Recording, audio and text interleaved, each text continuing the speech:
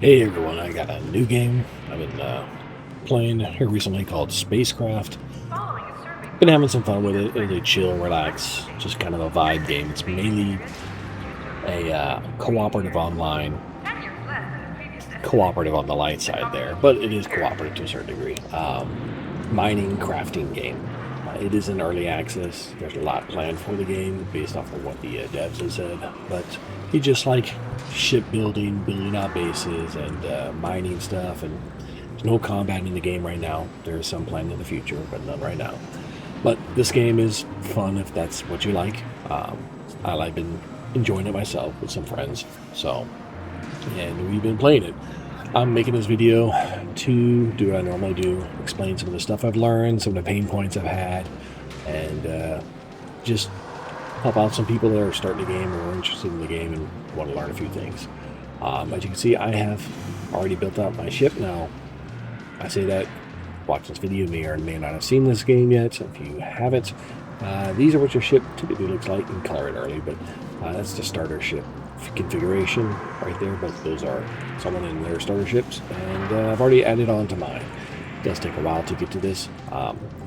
People are claiming it's an MMO. Even the original developers don't claim it's technically an MMO. Yes, it's an online game, so you must be connected to a server, to a region, and everyone plays there.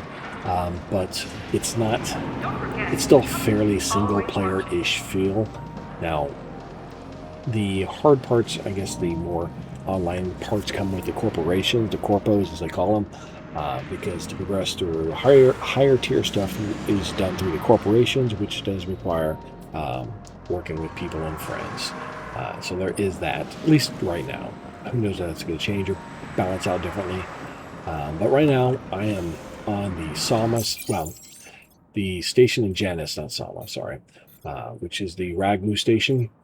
And you start off in the Solar Alpha area as a tutorial. This little area has 2 planets and the original Babylon station. You start off it. You are a character that has won the lottery from the company. Now, this is a dystopian future, lore-wise and story-wise. They plan to add more story to it, but they do have a good intro at least. It does kind of just leave you hanging at the end of it, and there's not much to it except for reading stuff later on through the various research laboratories you raid. But for the most part, most of it's up front. I'm sure they're going to add more later, and I'm looking forward to it. But you start off in Babylon.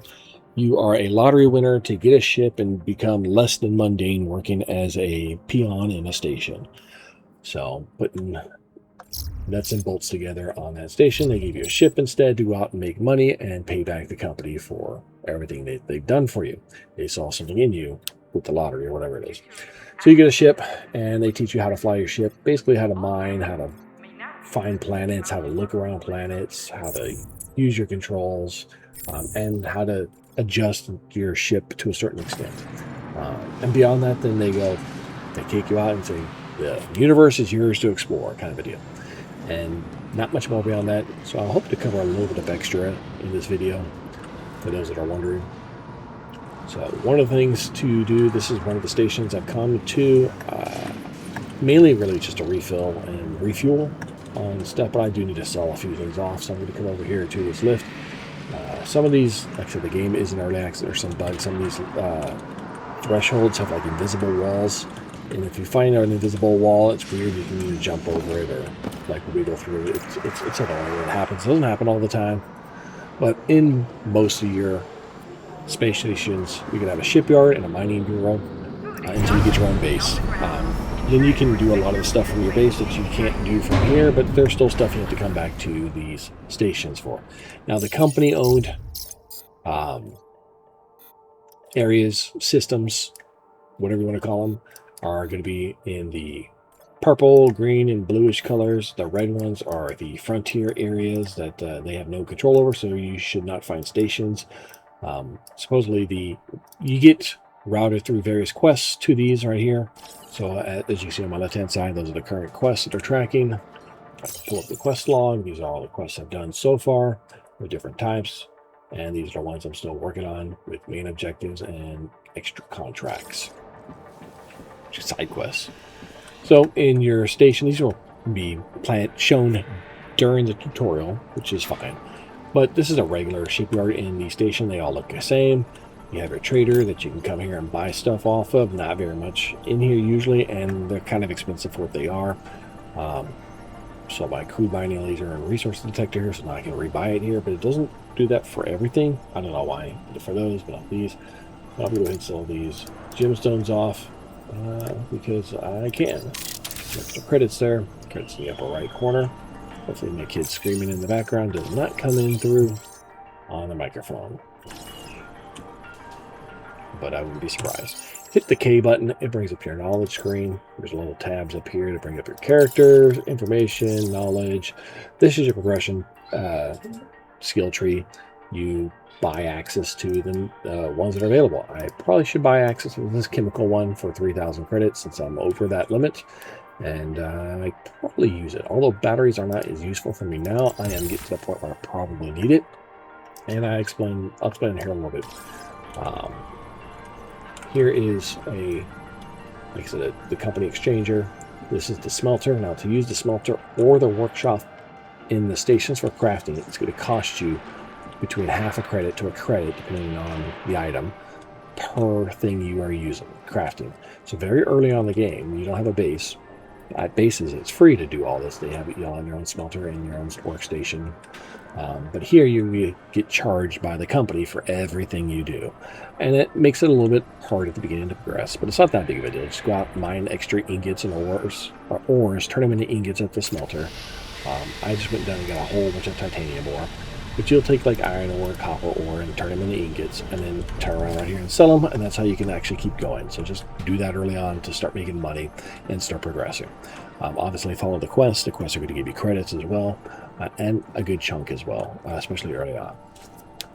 You're going to go and use these smelters, and it's good. Like I'll do one here. I don't want to do a whole lot here because it'll be expensive, but it's going to say the crafting tax is 1 here, right? So that's how much it's going to take to craft 1 titanium ingot from 2 ore.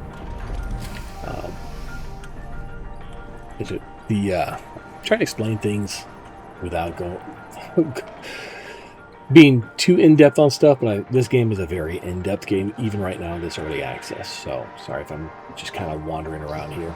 This guy will allow you to... Need something, mate. He does a couple of quest objectives, but his big thing is installing patches into your gear.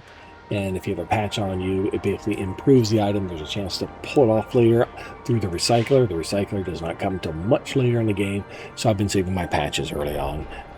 Patches I found only in the laboratory so far. I'm sure there's other ways to get them. I don't know yet, but I've been saving them. I did do one because that's what the quest requires. I wanted to do it, and then I've been saving the rest because they're pretty rare right now. Up here is your actual shipyard to load your ship or create a ship. I just now got access to do so because I just got my level up high enough for exploration. I think you give me it. Yeah. So unfortunately I do not have any extra ship parts, so I can't make one right now, but I can go back, exit out, store it. But I can now load my existing ship at the space station here. Here I can edit my ship, which is what you're going to be normally. Editing your ship doesn't cost any money, at least. They do explain this in the tutorial, so that's good.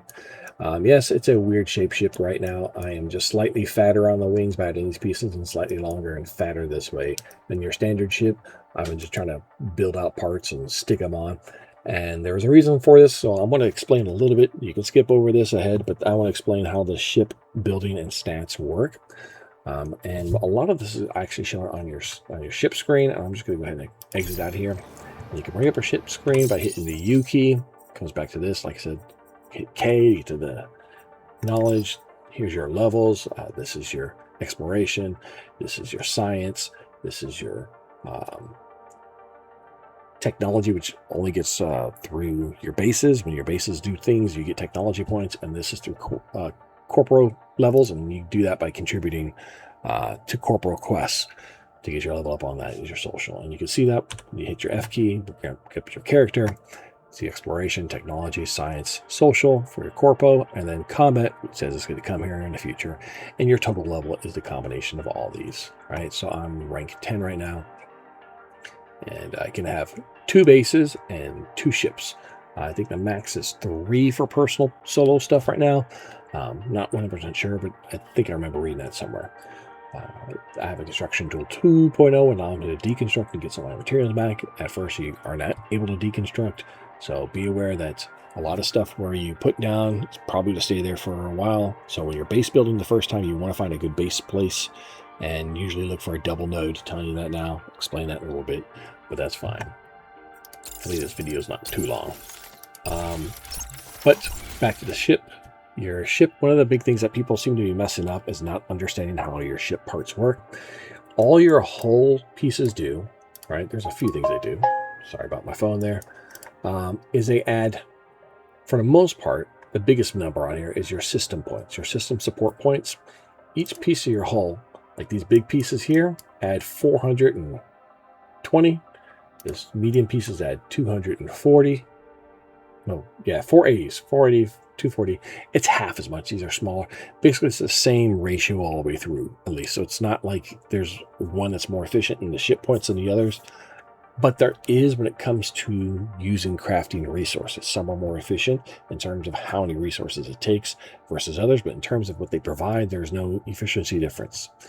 And each of your hull pieces adds both system points.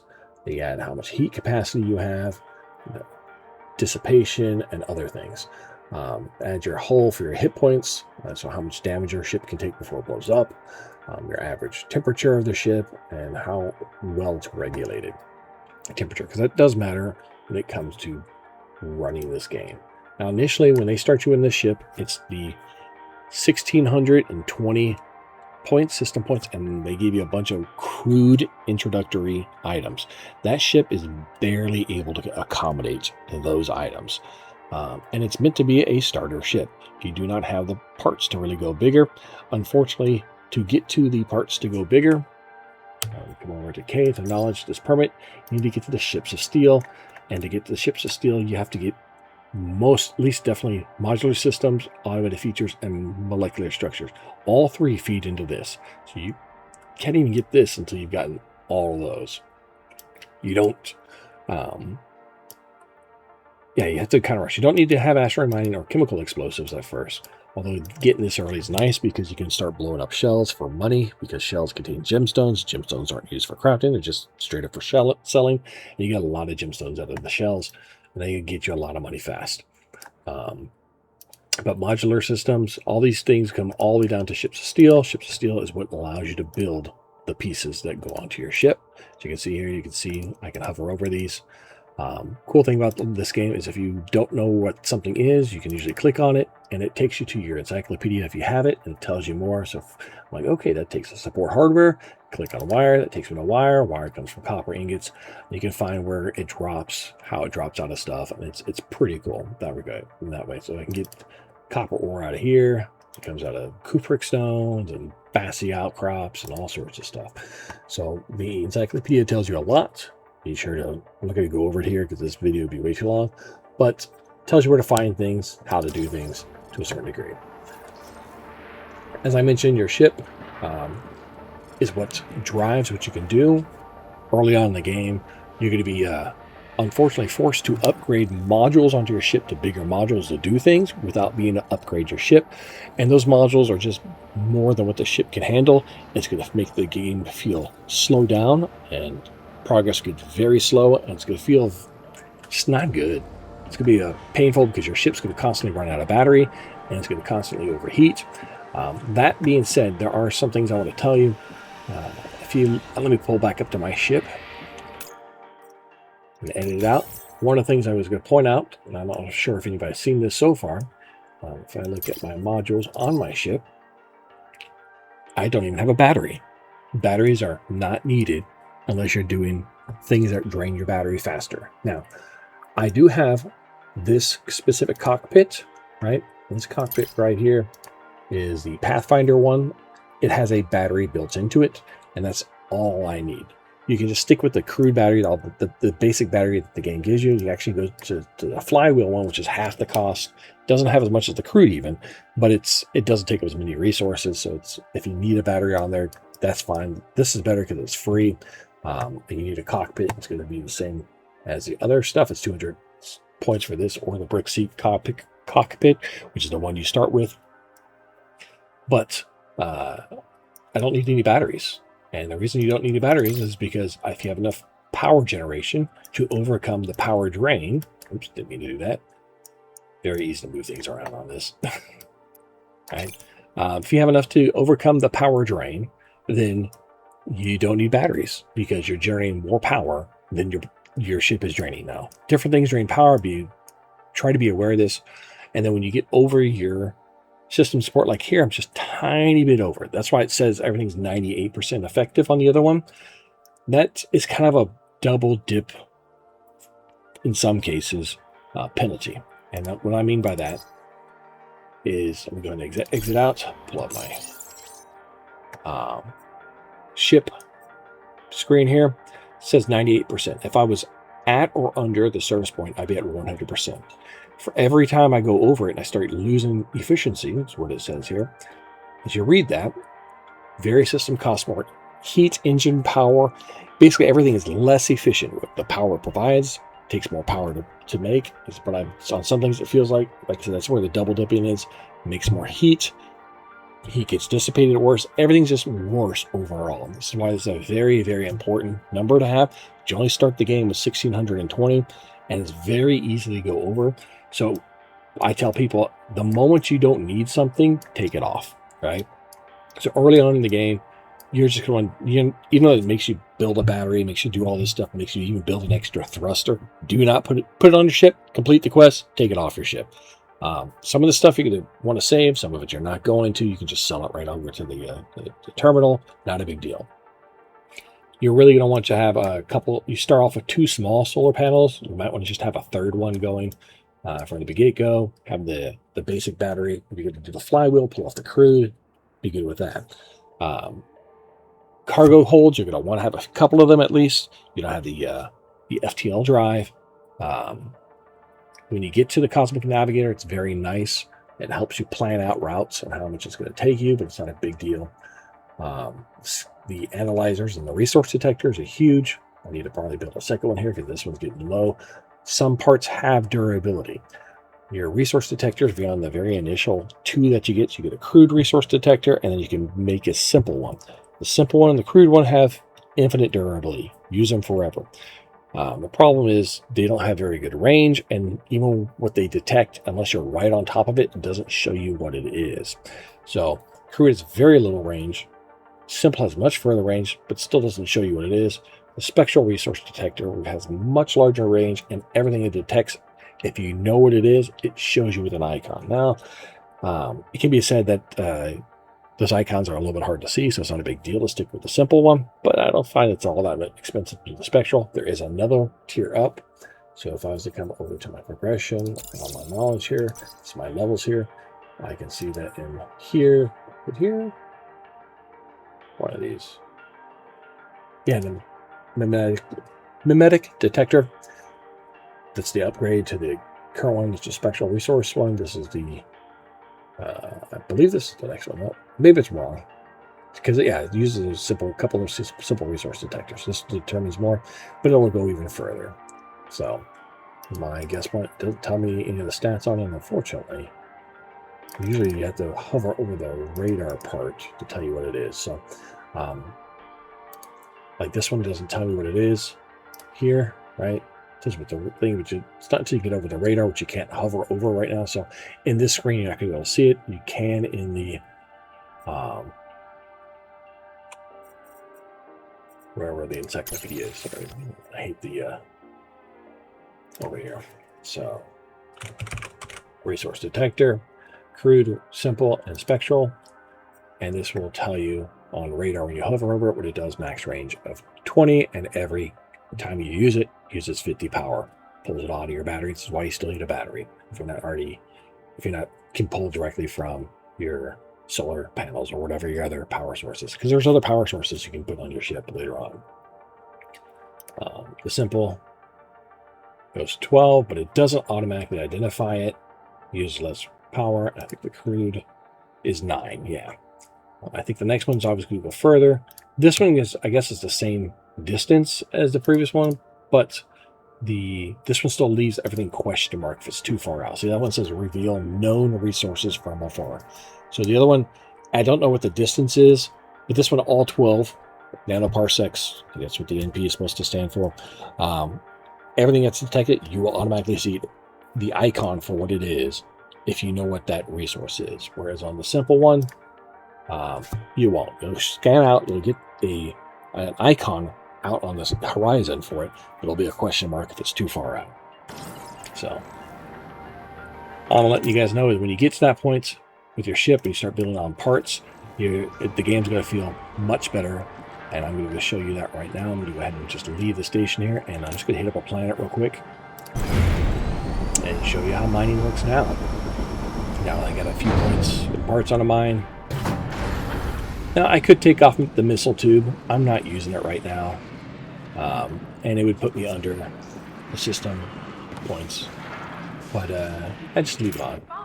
Choice I made. I'm going to get some more fuel. It's the main reason I came to the station. Take off. Separation confirmed. Be careful out there. These uncancelable cinematics animations. It's just an annoyance. You can speed up some of them, so one of the things I can tell you, you don't actually have to hit. You can dock when you point at it by hitting E, but it starts the docking process, the animation from here. You can literally fly into it before it starts doing the docking process automatically. Save you another 20-30 seconds. Pull up the map, zoom in, you see your ship where it's orientated and what's on each surface. I'm just going to go ahead and just go to this one. Now, because I have to provide more power through my solar than my actual ship uses, even thrusters, I can hold down boost the entire time and I will never dip into my battery. Because my radiators or anything else reduce heat, boosting will never generate heat that will start overheating my ship. But before this point, it certainly would. You'll get to the point where it just feels nice. Now, you don't have to worry about turning your ship around. It will automatically do it as you're flying in. I'm not even holding the forward key. I am holding the boost key. But once your ship hits max speed, it just continues going forward. You actually have to tell it to slow down or back off for it to. If I let go of the key, I'm not pressing the keyboard now at all. I'm just going forward. I actually have to hit either the S key to stop, or space bar to go up or change the direction. Now, I hit my resource detector and you can see everything out there. There's some stuff really far out there and I see the icons. This is what the spectral does. And I'm gray quartz, awesome. Come right over here. I don't have a whole lot of room because I need to take this ore back. But if I come over here, I can just click on this and it's going to go as soon as I get close enough. Come on. There we go. Boom. Really quick. Didn't even overheat. So, let's see if I can do that over here. When I was first starting, basically a lot of these, I would have to do it start the mining process and then stop because I was overheating so fast. Gray quartz is still something that's good to get, but not even overheating. So I'm going to go ahead and leave this sector, go back to my base, this planet area, and I'm going to come up to the map. My base is in Skirako. I'm going to right click on it, creates a trail. You can hover over the line. It tells you how much fuel it's going to take. Now that's actually doesn't really cost fuel. Fuel is to make the shield during light speed. So if you look here, it's going to take me 23 fuel and shows that it's going to take a little damage to my hull, but not a whole lot. It's not going to block out it's not going to take any real damage. It still stays yellow until it shows red or blacked out. That's when you actually take full damage to your ship and then you actually have to repair your ship. This is not going to do it, so this is a safe trip to make. However, if I use the scroll wheel to go down or up, I can change how much fuel is used. I can go up to 150 and then I don't even take anything over 100. If I go down to 90, I go to orange. And I start going down all the way down to 0%. Now, you can still travel. You're just going to take a lot of hull damage to your ship. So even if you have no fuel, you can still travel if you need to. This is one way to, if you get messed up in terms of your planning where you were going, you ran out, you can still go somewhere. Now, be aware that once your hull reaches 0, your ship blows up and it becomes a wreckage, and you get towed to the nearest station and you get charged for it, and it gets added to your characters. I thought they had on here somewhere how much money you owe back to the company. I remember seeing it somewhere. I'll have to look at it again. But, oh wait. Oh, credits, how much you owe. Current debt, $25,000. Gets added to that. I haven't had to worry about that before. So I'm going to go ahead and head out that way.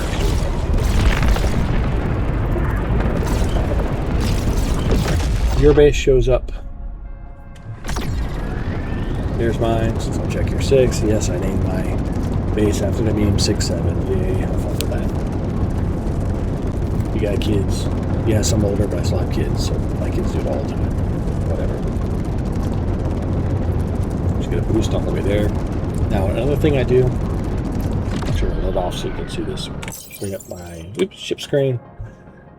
This is how you can turn things on and off by hovering over it. Now, if it's still attached to your ship, it still uses system support because it's pulling passively as a usage. But if you're using too much power and say you have multiple mining lasers, which you probably should not do, you can click on the mining laser here, and you can actually turn power off and on to each one of them. I turn it off and it's not there. I can't use it. It won't do it. You can do that with everything. It's also how you load missiles in here into your missile launcher. If you have that, travel, you can turn on your engine. Everything you can turn on and off in terms of actual power draw for anything that's actually power drawing anything. But then if you turn it off, you can't use it. So there is that. Also noted, you can move this around. I tend to move my mining laser to the far right side because you don't need to hit the button like a 1, 2, or 3, or 4. To mine, you just left click. So when you hold down left click at mine, so there's no point for me in having on the far left with the bar with the rest of the stuff I'm using.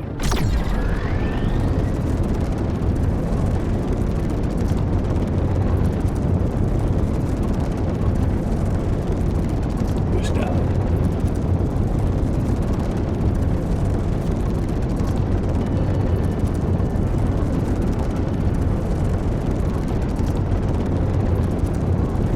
Now you can only put bases down really next to deposits. Don't do what I did and put it down on a single deposit. You should put it on a double deposit or more. I do have another base going that has multiple deposits, and there's that. When you have a shipyard in your base, you can just actually hit E to dock, and your ship will start docking. Again, the closer you are, the less of this animation you have to do, and it's not a big deal. Otherwise, you're going to have to land on the surface of the system at first, the planet, and you do so by hitting the control button to go down on your keyboard by default. Here, so you can see your ship. You want to just get close to it, and you hit your E key to get back in it, to board it. Edit my ship. Change the customization, all the colors that you want. Customization, you click on it. Change colors, create a custom color, all sorts of fun stuff. You can see I have this weird pink pattern. I went ahead, wife asked me to do. There is a shop of sorts, but you earn points in the game for it, so it's not a big deal. I did not spend anything on this shop. I come over here, and that's H, I guess. Okay, there we go. And right now they have these 4 different packs: the Pioneer, Acid Snake, Blossom Warrior. I would just the Blossom Warrior, pick this, probably grab another one here soon. I got 250. Just leveling up and doing quests get you NXT points as well, so you can buy decals and ship component paints and suits as well to make your character more custom. Since I spend more of my time in the ship than out of the ship, and when you're out, you really can't see your character. The only time you get to see your character is with the F key, right? That's the standard one I look at. Whenever I see it, other people can see you, but you really can't see yourself. You can't zoom out or anything like that. So I was like, the suit is kind of worthless to me. Here's my base.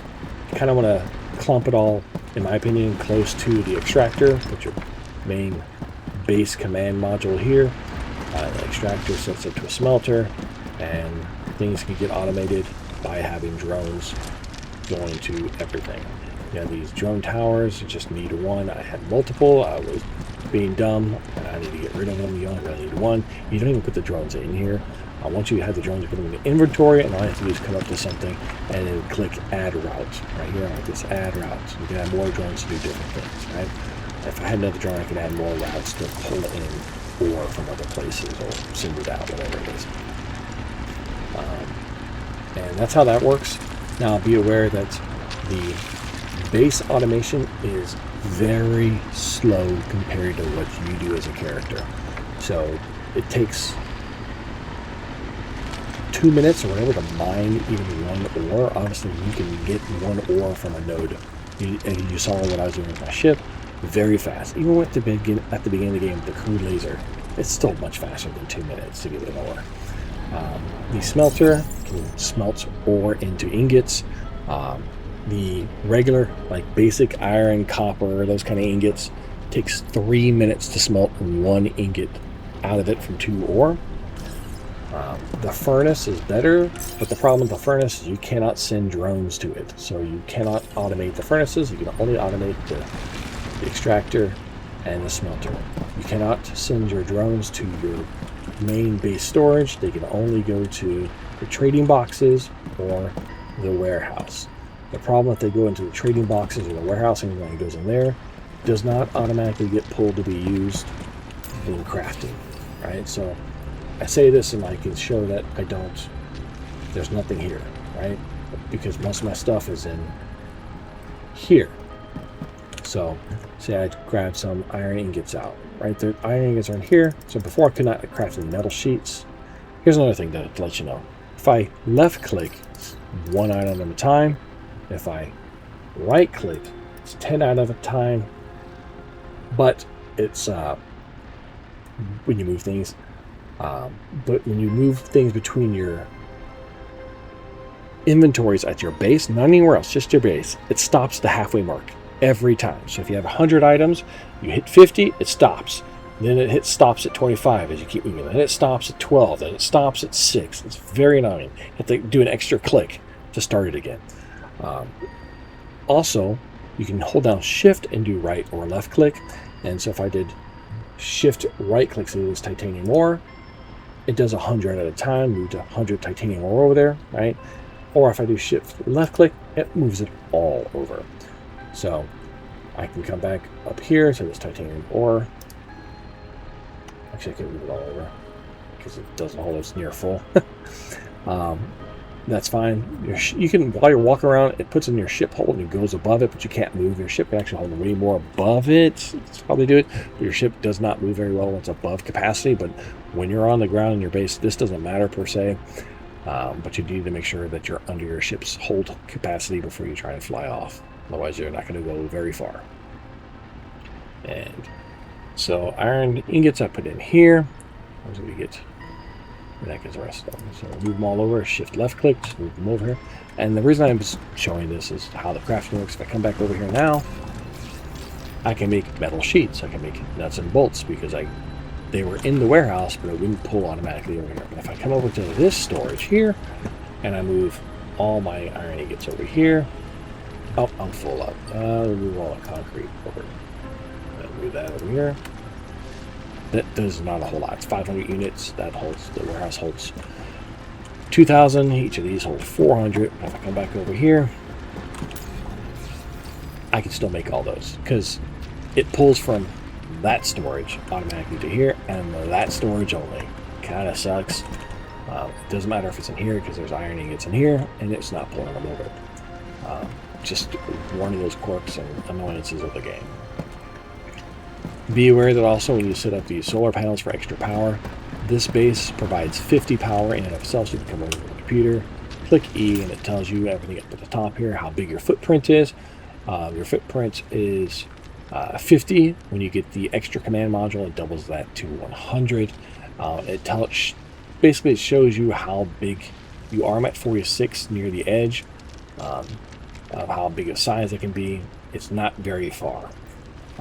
And then I get some technology points to pull off here. So as my base makes things in the smelter or the extractor or the micro furnaces or the assembler, I get experience points over time. It's very slow how many experience points you get out of it, but you do get it. The more it does, obviously, if I was to set up more extractors and stuff, the more I could get. I do have enough to make a couple. I'd have to pull it out of the inventory to make a bunch of this stuff. You hit your one key, use your tool key after equipping it onto your character. So when you make something in your inventory, you can move it up here and it pulls the equipment, and it shows up down here. So I can now deploy and dismantle with the level 1. Oh, sorry, the level 2 command tools. But this is almost 50. So if you're wondering, it's about the length of this shipyard. So it's not really as far as you think. It's kind of deceptive inside. So I can make one more thing over here, and that's about as far as it can go in terms of your size. The extractor can be a little bit further out, but not much. And then you can double that with the command tower instead of the command module. The command tower takes a ton of resources. Some of this stuff is not balanced. So, like the extractor, takes concrete. Concrete's easy. 4 concrete, 1 motor. Great, right? Stainless plates, some solar cells, structural beam, which is a little tricky for a solar panel. Not a big a deal, right? Pylons, magnetic coil, 1, very simple. Smelter, 1 stainless plate, 10 concrete, very simple. Then you get to the liquid extractor. It takes 4 beams. That's a lot. A lot more concrete. Not really. It's 100. That's 10. The big deal is actually the pump and the watertight pipes. Watertight pipes takes wire, copper wire that ends up being 80 copper wire to make that, which is a lot of ingots. Pumps take 20 wire each. You need 20 pumps, so it's 140 watertight pipes you need for this. They also take motors. You need a motor for each one, so it's 20 motors for all those pumps. It starts getting very costly on some of these. The command center, the tower, takes 250 concrete, where the other ones are taking 4, 10, 1, or less, or nothing. Tons of magnetic coils, tons of structured beams. Structured beams take steel, and a lot of time, which is also what the ship parts take. So just for reference, let me show you, I was telling you before with the smelters, to smelt iron ore into an ingot, craft time 5 seconds. For the smelter, it's 3 minutes, 90 times as long, literally. So it is much faster to do things yourself, both the smelter and the crafter. The micro furnace to do, let's show you, iron ore takes 10 seconds. It's about double the time. So if I took iron ore to here to an ingot, 10 seconds. From over here, 5 seconds on the smelter by hand. The unfortunate thing is certain things can only be made in the assembler or the chemistry plant, and they just take forever. So if I come over here and I look at, so I need to make ship parts. To make ship parts, you need small steel part casings, which can only be made in the assembler. Those take 12 minutes to make. Most of your ship parts take 2 to 4. And they take 12 beams as well as stainless plates. So 12 beams take a while to make. You do it yourself. You take steel.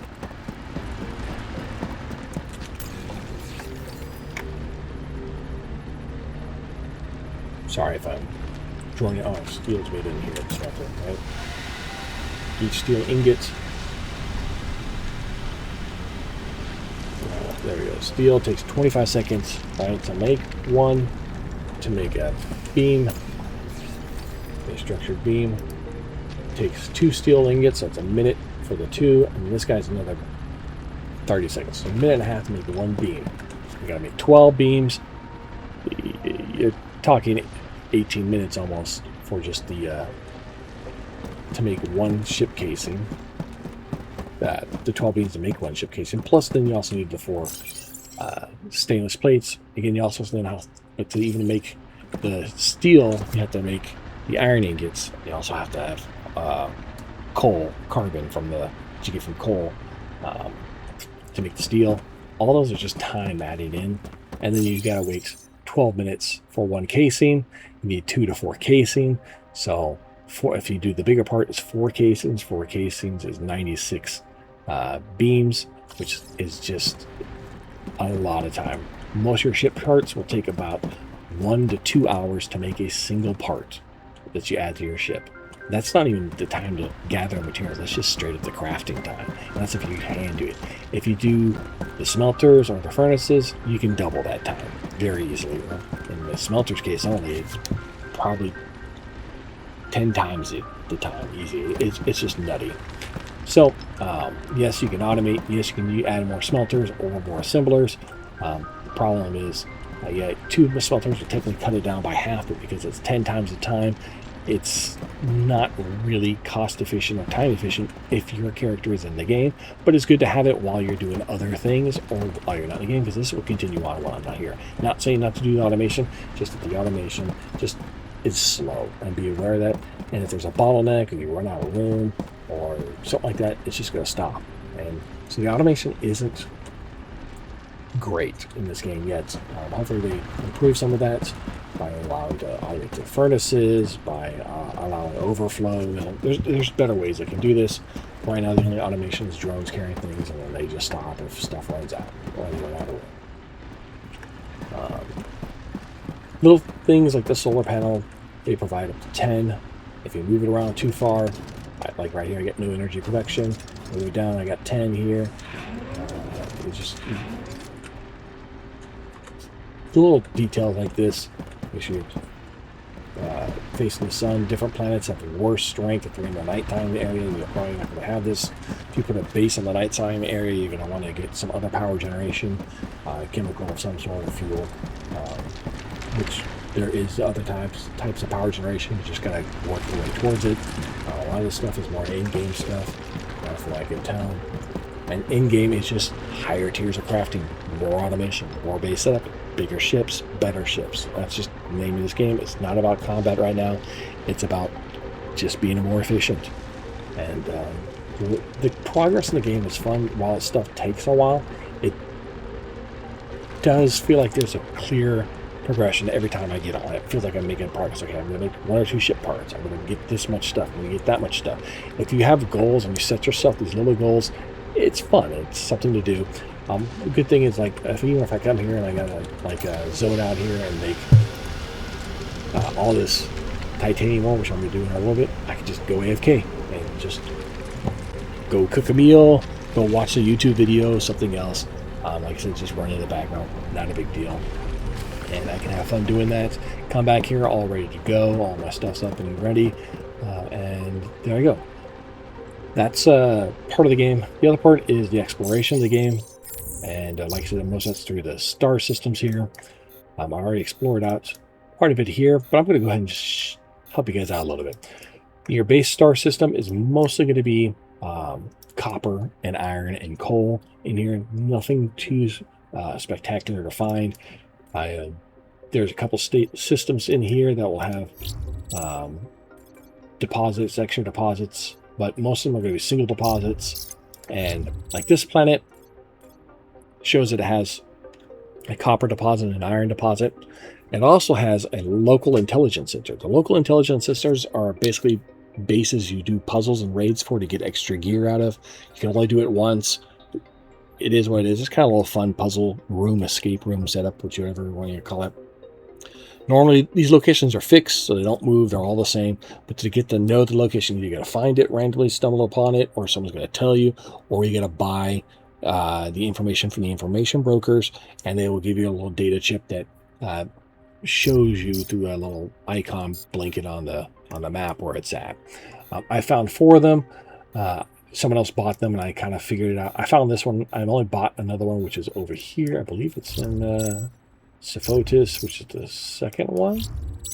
No, in Rivian. Yeah, Rivian. So Rivian 2 has the dark side. This here one here, where local data center. It's there. It's not showing it, but it's there. That's where one of them is at. Another one is down here in Eridix. One. Nope, that's the water planet. So 2. Beware, there are different planets that have different requirements to do anything on. So like this one here is a water planet. You can tell because from a distance it is like little like sweat on it. Basically it just shows those are like the islands, right? And so most of your water planets don't have any points of interest on it. Your other planets that are terrestrial have points of interest, and usually some rarer nodes will only spawn, or that's the rare spawn for that planet in those points of interest, right? So this planet here has coal and iron deposits, and they do come together, and so it's nice to find stuff like that. So if you're going to build a base, you're going to stick one on a place like this one. Now Iridex is pretty far out there, and there's no station here, so being out here means it's very hard to have your first base here because you're going to run out of fuel getting anywhere. This one's going to have iron and or copper, but your first base has to be on an iron node, unfortunately, deposit for the quest. I don't recommend going here. I instead recommend going up to this sector here, which is the Cairn, whatever. So you got Threshold, Terminus, Cairn, Fool's Rim, Moor. I haven't explored any of the other ones yet, but this has the station here and Hypatia in the center. Most of these, like Setuna, you can come over to Setuna. So Setuna 3 here, for example, has coal and iron deposits. If you look in the bottom right there, so and some of them come doubled up together, like right next to each other. You can stick your base there. There are several of these like this. This one's coal and sandstone. Not all those planets have deposits. Here's another coal and iron on Setuna 4. So 3 and 4, they're fairly common throughout the whole thing. If you find that people are already on one, just move to another planet. Very easy to find one in this area that's coal and iron together. Terminus has aluminum, whatever you want to say, aluminum. Say it the Brit way that a lot of British guys that play this game I play with. As you can see here, I have another base set up here for Xyla, which has aluminum and copper. And the great thing about this one, it actually also has water geysers. So I found a spot with water geysers next to 2 aluminum and copper, so I can actually have a base. I'm starting this up now, which I haven't been to yet. I've gotten it going, but it'll have access to water and water chemicals resources because I can put a liquid extractor on the water. There's other planets that have water that's not clear water. It's vitriol water and very different acidic waters that you'll use for different things. And you'll have to process those out for different chemicals. That's how you make the sulfuric acid for making batteries and other things later on in the game. I'm not at that point yet, so it's not a big deal. But these have, like I said, this one has aluminum copper, this one has aluminum copper. You can find these together. So ideally, first base probably should be up here in the cairn with iron and coal. Second base in this area. This area I explored because I come over here specifically for this one here has it. Titanmagnetite in the bottom right there. That's where you get titanium. And actually, hematite comes out of those quite a bit as well. As you can see here, titanium magnetite, whatever. It's all over. Since it's not at the points of interest, it just shows it here. It's all over. It's the most common one. It's 6.5%, whatever that means the spawn rate is for, whatever it is. The other ones don't have it. But that one does have a Elmerite, which you got to use for the Elmerite cores to make shields and stuff and engines, and that only spawns in the dark zones anywhere. So this one's a nice planet to go to because it's just at the edge here, and if you get a couple of batteries, you can, as long as you're high enough altitude, you can recharge the battery up to full, and then just don't boost down, but go down as fast as possible, get as low as possible so your mining laser can actually hit the node, and then hit the node real fast, and then back up when you're about to run out of battery. And you can keep doing that to mine stuff on the dark side that's at the very edge. Now, this stuff on the back dark side is very hard to do without configuring your ship to use less power, which there are pieces to do that. One of the cockpits, for example, and the thrusters are specifically for, I think it's just a thruster. Go down here for these thrusters. So this quiet breeze one, if you look down here, nighttime power consumption is 60% less than normal. But it is 1,000 points to use versus the Void Seeker being 450. Does not boost, so it is slower overall, but it uses less power basically, which is good for getting nighttime stuff done. Also, you can, when you get your ship later set up for it, you can use chemical power and everything in your ship, not just solar power. Makes doing the nighttime stuff easier. There are other planets that are very, very hot, and some that are frozen. I think this is the one that has a hot planet. I'm trying to remember where it's at.